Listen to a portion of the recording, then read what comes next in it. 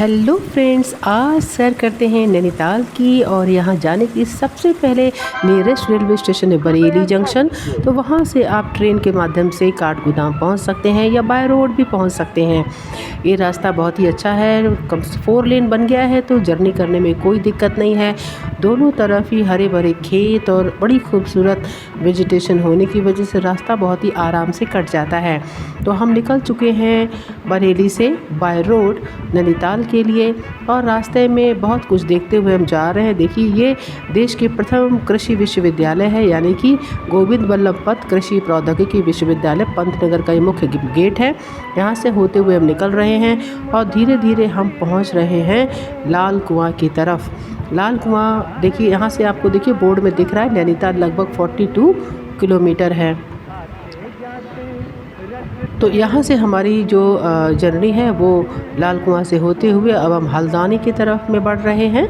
और हल्द्वानी पे आपको यहाँ पर अपनी टैक्सी का रोड टैक्स देना होगा, जो कि उत्तराखंड सरकार के द्वारा लिया जाता है अगर आप प्राइवेट व्हीकल से आ रहे हैं या फिर हायर्ड व्हीकल से आ रहे हैं। ये देखिए, ये जो नदी है ये गोला रिवर है और इसी से पूरे उत्तर प्रदेश को पत्थर जाता है। बहुत सारा बजरी गिट्टी बालू जो है वो लगभग पश्चिमी उत्तर प्रदेश को इसी नदी से सप्लाई होता है, इसलिए लाल कुआं इसलिए जाना जाता है। तो हम धीरे धीरे बढ़ रहे हैं हल्द्वानी की तरफ में और आप देख सकते हैं कि हल्द्वानी के सारी जो डिस्ट्रिक्ट एडमिनिस्ट्रेशन की बिल्डिंग्स हैं वो रास्ते में पड़ रही हैं और यहाँ से सुंदर सुंदर पहाड़ भी दिखने शुरू हो गए हैं। पूरा ही रास्ता इतना सुंदर लगता है कि आपको बहुत ही जर्नी आप एंजॉय करेंगे।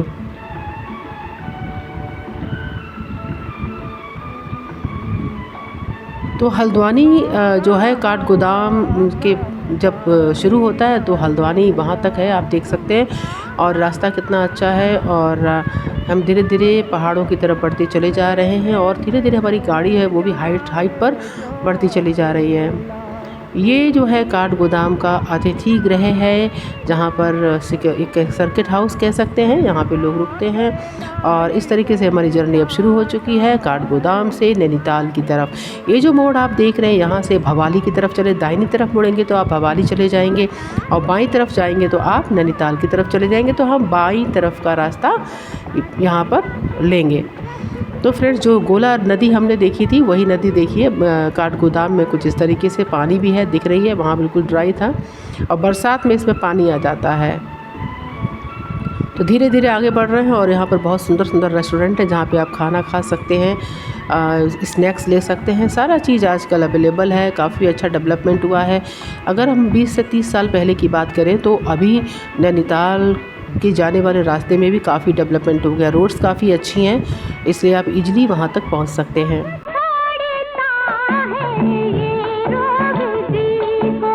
कब छोड़ता है ये रोग जी को, दिल भूल जाना है जब किसी को।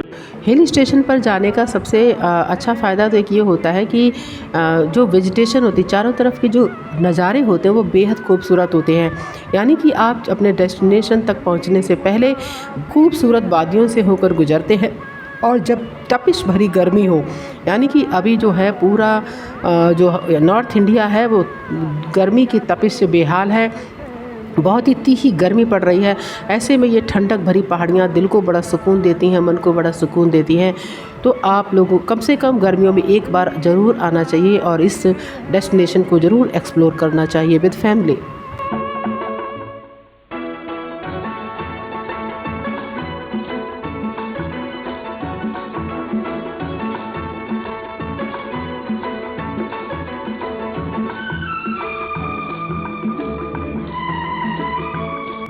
रास्ते में जाते समय बहुत खूबसूरत पेड़ पौधों के साथ साथ आपको झरने भी मिलेंगे। ये एक पहाड़ी नदी है जिसके ऊपर छोटा सा पुल है और नीचे झरना बह रहा है जो दिखने में बहुत खूबसूरत है। तो आप इस तरीके की खूबसूरत नज़ारे देखते हुए अपनी जर्नी को आगे बढ़ा सकते हैं। बरेली से नैनीताल लगभग 148 किलोमीटर और हल्द्वानी से नैनीताल लगभग 28 किलोमीटर पड़ता है। दिल पे जाके याद आता है। इसलिए गर्मियों में यहाँ पे काफ़ी भीड़ भाड़ भी हो जाती है। इसलिए यहाँ पे आने से पहले आप अपने एडवांस बुकिंग होटल की ज़रूर कर लें, क्योंकि जगह जगह पर चेकिंग होती है। आजकल नैनीताल जाने के लिए काफ़ी रश हो गया है। बहुत ज़्यादा गाड़ियों का जमघट होने की वजह से ट्रैफिक कंट्रोल करने के लिए गवर्नमेंट ने यहाँ पर कुछ रूल्स बना दिए हैं। तो इसके लिए आप अपना होटल की एडवांस बुकिंग कर लें, क्योंकि वो बुकिंग को चेक करते हैं। यदि आपकी गाड़ी अगर आपका होटल का बुकिंग नहीं है तो आपको वापस कर दिया जाएगा। और ऐसा होटल जिसमें पार्किंग अवेलेबल नहीं है तो भी आपको काफ़ी दिक्कत का सामना करना पड़ सकता है।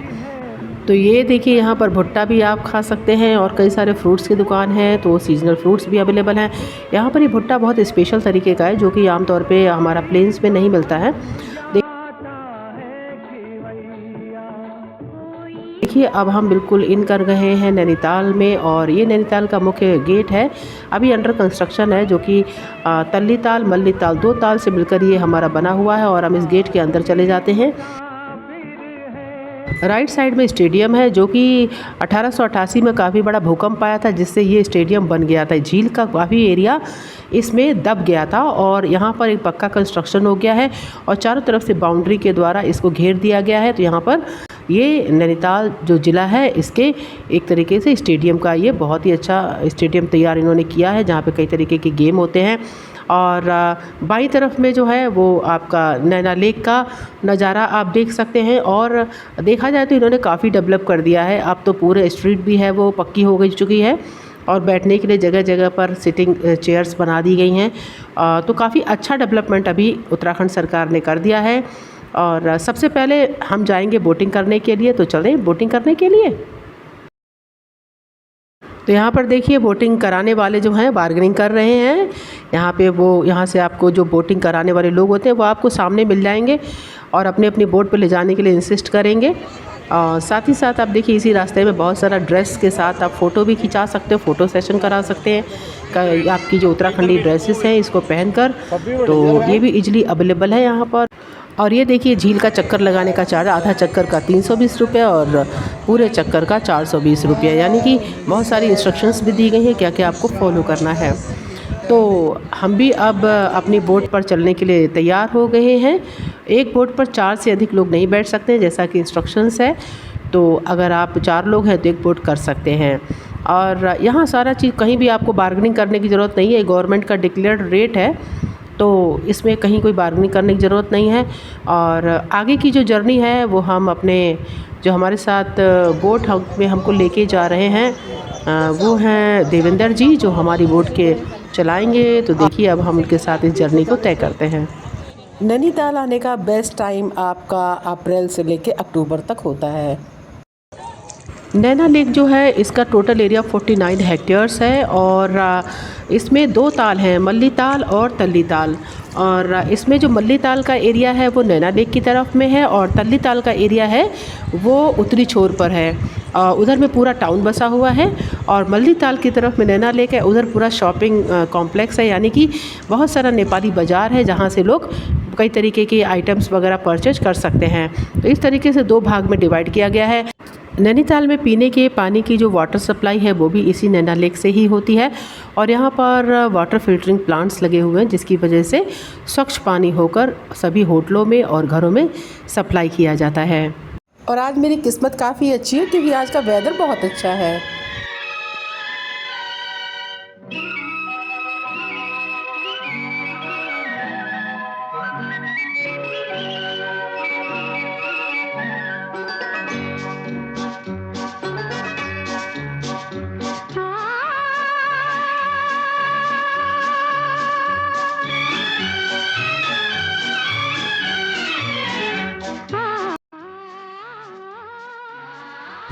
ये जो सामने में आप पहाड़ देख रहे हैं, आप देख रहे हैं इसमें कोई भी घर मकान नहीं है, दुकानें नहीं है, क्योंकि ये कच्चा पहाड़ है। कई बार इसमें भूस्खलन यानी लैंडस्लाइड हुआ है, इस वजह से गवर्नमेंट ने यहाँ पर परमिशन मकान बनाने की नहीं दी है।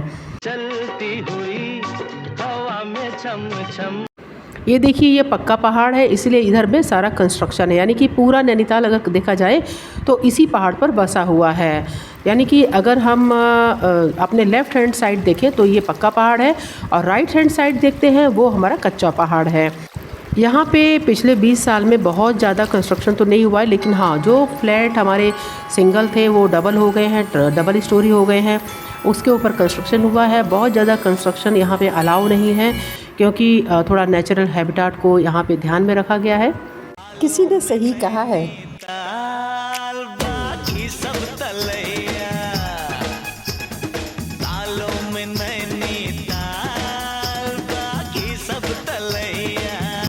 नैना लेक में घूमने का मज़ा ही कुछ और है। फ्रेंड्स जब भी आप आएँ तो एक बार इसका एंजॉय ज़रूर करें, और यहाँ के जो लोकल नाविक होते हैं वो आपको सारी इन्फॉर्मेशन देते हैं। यहाँ पर नैनीताल पे आकर आप नैना लेक में बोटिंग करके अलावा स्नो व्यू पॉइंट है, चाइना पीक है, जहाँ पे जाके आप चाइना की पीक को भी देख सकते हैं, हिमालय दर्शन भी कर सकते हैं। और एक पॉइंट ऐसा भी है ऊपर में जहाँ पे पूरी नैना लेक दिखाई देती है। पानी कम हो जाता होगा इसमें भी। हाँ, पानी आजकल कम ही हो रहा है। अच्छा, कम हो रहा है, बरसात को भरेगी। अब पीने का भी इसी से सप्लाई है ना। आजकल आँख हम रहा जा रहा है, सारे होटलों में, सारे घरों में इसी से सप्लाई है। इसके प्लांट लगे होंगे ना, फिल्टरिंग हाँ, प्लांट। फिल्टर लगे हैं। इसके अलावा आप अगर आप नैनीताल गए हैं तो आप भीमताल, खुरपाताल जो उसके नज़दीकी हैं, कुछ ऐसे झील हैं, नेचुरल क्रिएटेड झील है जिसको कि आप विजिट कर सकते हो। इसमें भीमताल काफ़ी अच्छा है, और बहुत सारा गवर्नमेंट ने कुछ पार्क वगैरह भी डेवलप कर दिए, जैसे इको पार्क भी डेवलप किया है, वहाँ आप जा सकते हो। बोटेनिकल गार्डन है, इसके साथ साथ यहाँ पर एक म्यूजियम भी है, वहाँ भी आप जा सकते हैं। एक वेधशाला है, उसका भी विजिट किया जा सकता है। साथ ही एक नैनीताल जू भी है, जहाँ पर बहुत सारी स्पीसीज आप एनिमल्स की और बर्ड्स की देख सकते हैं। तो नैना लेक की ऊपर बोटिंग करने के बाद हम आ गए हैं अपने उस साइट पे जहाँ पर फ़ोटो सेशन आप कर सकते हो। बहुत ही खूबसूरत फ़ोटोग्राफी यहाँ पे होती है। देखिए यहाँ पर रेहू, कतला, कई तरीके की मछलियाँ हैं जो इस नैना लेक में प्रेजेंट हैं, और यहाँ पर इन मछलियों को कुछ भी खिलाने के लिए मना किया गया है। तो फ्रेंड्स जब भी आप जाएं तो इन मछलियों को दाना वगैरह देने की कोशिश ना करें, क्योंकि ये नेचुरली ग्रो होते हैं। अगर आप इनको आर्टिफिशियली कुछ फीड कराओगे तो इनको डैमेज भी हो सकता है, नुकसान भी हो सकता है। और हम सभी को देख के ना ये सब किनारे आ जाती हैं, इन्हें लगता है कि कुछ खाने को मिलेगा, क्योंकि इनको जब चारा डाला जाता है तो ये किनारे आती हैं। अब मैं चल रही हूँ थोड़ा सा उस नेपाली मार्केट की तरफ, जिधर नैना हमारा नैना देवी मंदिर है। ये देखिएगा हनुमान जी यहाँ पर बैठे हुए हैं, और ये देखिए अब ये पूरा बाज़ार है, चाइना मार्केट जिसको नेपाली मार्केट पहले बोला जाता था। अभी इसमें काफ़ी मॉडर्नाइजेशन हो गया है। मैं तो फ्रेंड्स से ज़रूर बोलूँगी कि मुझे बहुत ज़्यादा इस बार ये अपील नहीं किया ये मार्केट, क्योंकि आज से 20 इयर्स पहले मैं जब यहाँ आई थी तो यहाँ का जो सामान होता था वो बहुत ही यूनिक लगता था, और स्वेटर्स वगैरह का काफ़ी अच्छा कलेक्शन रहता था। और ज़्यादातर लोग जो थे वो नेपाली थे, वो यहाँ पर लाके सामान अपना बेचते थे। पर यहाँ पर अब ऐसा नहीं है, अब तो परमानेंट दुकानें हो गई हैं, और ऐसे मटेरियल्स मिल रहे थे जो आप कहीं भी खरीद सकते हो। हाँ, कुछ चीज़ें ऐसी हैं जो आप ले सकते हो, जैसे कुछ जैकेट्स वगैरह है। और ये नैनीताल क्लब की नई तस्वीर, और आप देखिए पुरानी तस्वीर कुछ इस प्रकार की 1889 की। देखिए यहाँ पर कुछ बच्चे एंजॉय कर रहे हैं। और अब मैं आपको दिखाती हूँ माल रोड का व्यू। माल रोड के ऊपर में आप दो तरीके की सड़कें देख सकते थे। एक सड़क नीचे की तरफ है, और ये जो बैरिकेटिंग देख रहे हैं ये माल रोड की ऊपरी सड़क है। आपको बता दें कि आज़ादी से पहले जो ऊपर वाली सड़क है, जिस पर कि सिटिंग अरेंजमेंट है, जहाँ से मैं गुजर रही हूँ, ये अंग्रेज़ों के लिए थी, और जो हिंदुस्तानी लोग थे वो नीचे की सड़क पर चलते थे। यानी माल रोड की जो निचली वाली सड़क है उस पर हिंदुस्तानी लोग चढ़ते थे। अंग्रेज़ों के समय में हिंदुस्तानियों को ऊपर चलने का अधिकार नहीं था। तो फ्रेंड्स आप समझ सकते हैं कि उस वक्त कितना डिस्क्रिमिनेशन होता होगा, और अपने ही कंट्री में रह के कितना बुरा फील होता होगा कि हमें छोटा समझा जाता था। और देखिए अभी तो कितना अच्छा लग रहा है, हम कहीं भी जा सकते हैं, कहीं भी घूम सकते हैं। यहाँ पर ये सबसे पहला पुराना जो गवर्नमेंट का एक गेस्ट हाउस टाइप का है, जहाँ पे क्लब है, ये बहुत पुराना क्लब है। और इस तरीके से अगर आप आप मल्दी ताल का ये एरिया देखेंगे, और धीरे धीरे आप तल्ली ताल की तरफ आगे बढ़ रहे हैं, तो रोड पर आपको सारी चीज़ें दिखेंगी। इसके आप दाहिनी तरफ आपको नैना लेक है, नैना लेक का व्यू है, और जो बाईं साइड है उसमें सारा शॉपिंग का है, यानी कि ऊपर की तरफ में सारा शॉपिंग का एरिया है, खाने के फूड रिसोर्ट्स हैं और रेस्टोरेंट्स हैं, आप वहाँ पे अच्छा खाना खा सकते हो। काफ़ी कूल वेदर है, अभी यहाँ का जो टेम्परेचर है वो 22 से 24 डिग्री सेंटीग्रेड है, तो काफ़ी अच्छी गुनगुनी ठंडी है जो कि काफ़ी अच्छी लग रही है। खासकर गर्मी से, जो इतनी भीषण गर्मी पड़ रही है उससे राहत देने के लिए काफ़ी है। देखिए यहाँ पर बैम्बू का क्राफ्ट और साथ ही हैंड क्राफ्ट मिलते हैं जो कि काफ़ी यूनिक होते हैं, जो आप परचेज कर सकते हो।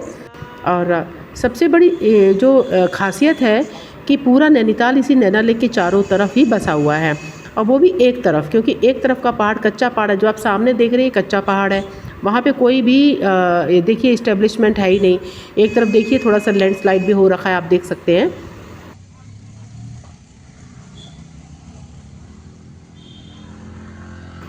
तो इधर आप देखिए सारा कंस्ट्रक्शन है, इसी में यहीं पर आपका हाई कोर्ट है इसका, नैनीताल का कोर्ट है, और बहुत सारी एजेंसीज़ हैं। और यहाँ पे देखिए ये रास्ता है हमारा व्यू पॉइंट पर जाने के लिए। यहाँ पे ये है जो एरिया जो है वो स्नो व्यू पॉइंट पर जाने के लिए है। माल रोड का एरिया है, 0 स्नो पॉइंट व्यू है, इसी तरह से चढ़कर आप ऊपर जा सकते हैं। और जब नैनीताल जाएं तो आपको चढ़ने की प्रैक्टिस थोड़ी बहुत होनी चाहिए, क्योंकि आपको कई जगह पर थोड़ा पैदल भी चलना पड़ सकता है, तो इसके लिए आप प्रिपेयर्ड होकर आएँ। तो जूते वगैरह आप ज़रूर ऐसे लेकर आएँ जिससे कि आपको कंफर्टेबली आप ट्रैवल कर सकें, नहीं तो ऐसी चप्पल जिसमें आप ट्रैवल कंफर्ट फील नहीं करोगे तो ट्रैवल करने में दिक्कत होगी।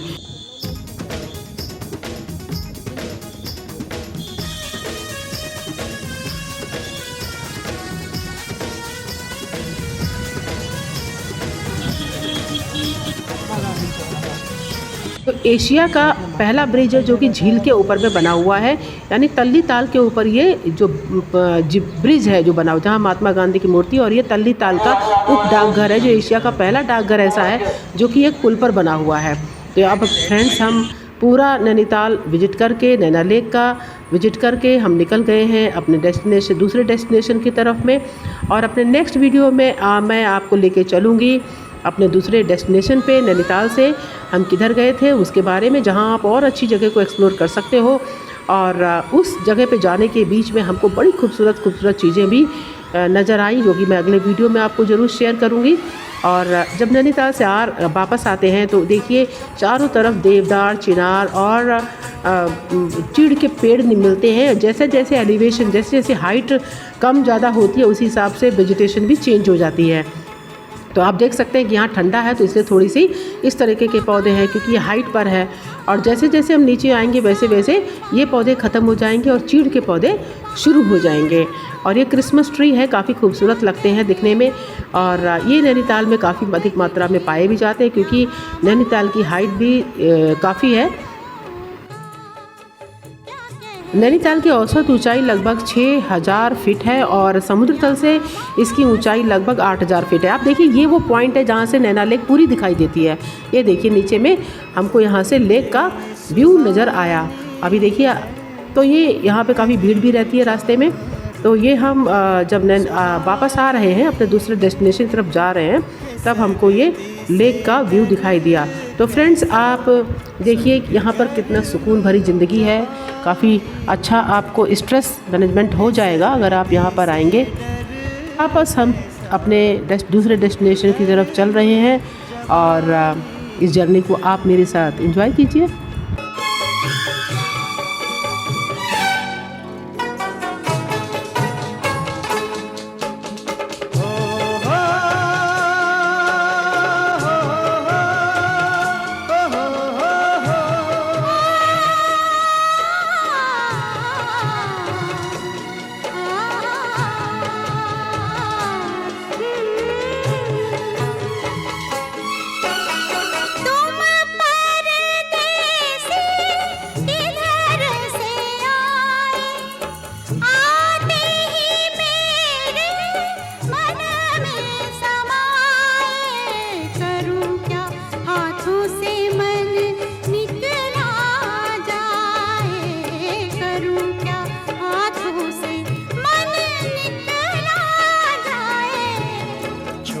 छोटे झरने हैं कि झरनों का पानी छू के कुछ वादे कर कर